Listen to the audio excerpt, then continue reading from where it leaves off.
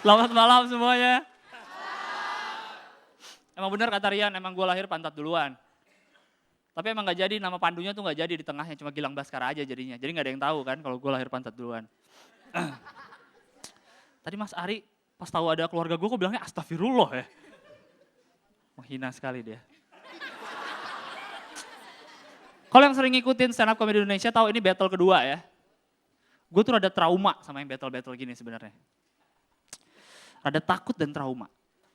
Gue bukan takut dituntut karena dia pengacara. Gue bukan takut kualat karena dia udah tua. Tapi yang gue takut adalah fans-fansnya nanti. Karena belajar dari pengalaman yang kemarin, gue ngejekin Kemalicious. Habis itu malamnya abis gue di Twitter, dimarah-marahin. Mereka pada marah karena gue bilang labil. Tapi mereka marah kan, Kemalicious tuh gak labil, Kemalicious gak labil. Pas gue cek gimana gak mau gue bilang labil. Bionya tuh pacarnya Kemal Palevi. Calon bininya Kemal Palevi. Locationnya @Kemal Palevi Heart, coba. Itu gimana kamu gue bilang labil? Itu sama aja kayak orang cengeng tapi pas ditanya, lu cengeng ya? Enggak, gue gak cengeng. Kenapa lu bisa bilang gue cengeng? Itu udah jelas mereka labil gitu. Kenapa kita jadi ngomongin Kemal?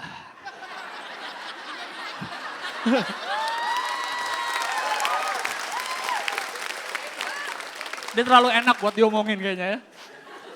Karena gue takut Mas Ari tuh udah punya fans juga, namanya Arimania. Ya nggak? Mana Arimania tadi?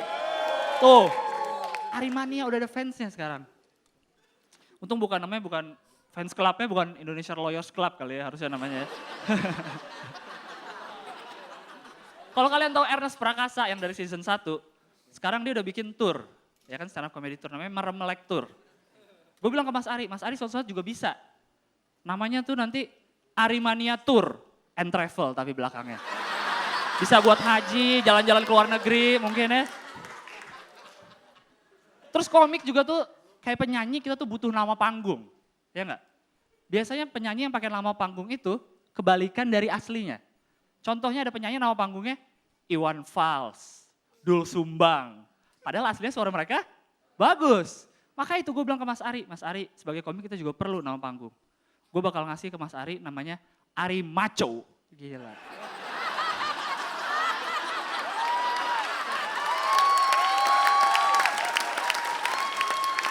Kayak nggak perlu dijelasin lagi udah jelas ya.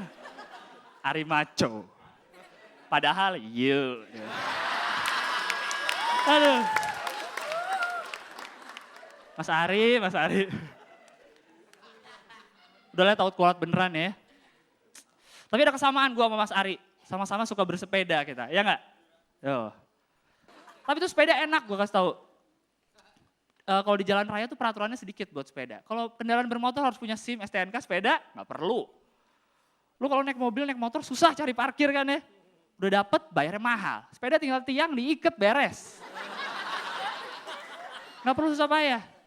Kalau mobil juga motor tuh diatur-atur. Kecepatan maksimal 100 km per jam. Sepeda nggak ada. Karena emang nggak bakal ada yang secepat itu ya naik sepeda. Betisnya pecah pasti itu. Bahkan ada peraturan yang membaguskan sepeda. Ada peraturan ya kalau kalian tahu. Hormatilah pejalan kaki dan pesepeda. Bayangkan kita diagung-agungkan. Kalau gitu makanya gue lihat kalau kita di jalan raya sebel kan kita kalau ada pejabat yang lewat.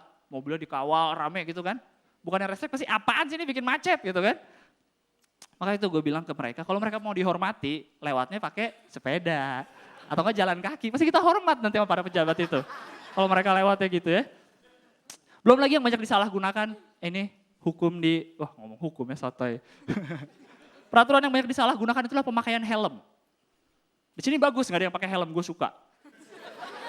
Jangan ketawa, karena orang Indonesia tuh aneh. Lihat, nonton konser pada pakai helm kan. Di GBK nonton bola pada pakai helm. Tawuran pada pakai helm. Itu kenapa gitu ya? Tapi gue lihatnya karena polisi. Polisi kalau ngatur di jalan raya, lihat. Pada pakai helm kan. Buat apa coba? Itu sama, itu jadi kalau kalian naik motor nggak pakai helm, set diberhentiin sama polisi. stop, kamu naik motor nggak pakai helm. Lah bapak pakai helm mana motornya pak?